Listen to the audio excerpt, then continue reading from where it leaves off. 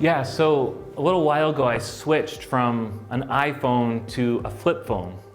And I did that because I found that at any little crack or window in time when nothing else was going on, my completely subconscious action was to grab my phone and to stare at it. That felt to me like compulsive behavior. And as I started thinking about it, I just started changing the category. If this was alcohol instead of a phone, I would say I am deeply, deeply in bondage to drink. If it was food, I would say I've really got a serious problem with food here, that in any moment of empty time, I'm eating. But it was my phone.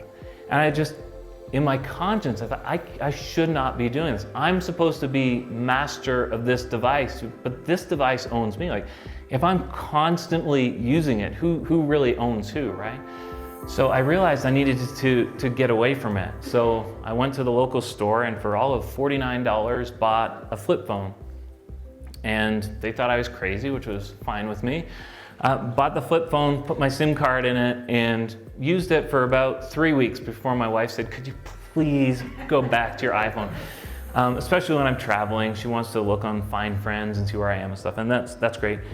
But so I had switched back to my phone, but that 3 weeks was enough to completely modify my behavior and just show me how compulsive the use of my phone was. And I've not gone back to it since I switched back. So what I found is that things like email, social media, I just had to get all of those off my phone, even the browser, get it all off my phone as much as I can.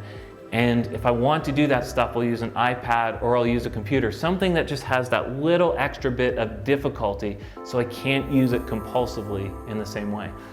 So I was flying back from Orlando a couple of weeks ago and I spent 2.5 hours staring at the seat ahead of me on the plane. And it was absolutely brilliant time. My mind was going, I was thinking, I was praying. It was a wonderful thing because I didn't have a little glowing rectangle to steal my attention.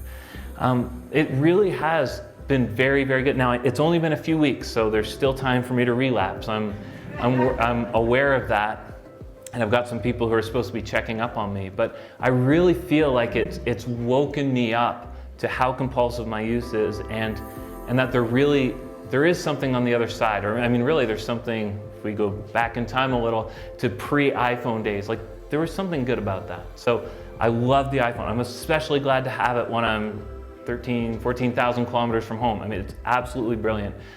But I think it's got too big an influence on my life, and I'm finding ways to own the phone instead of letting the phone own me.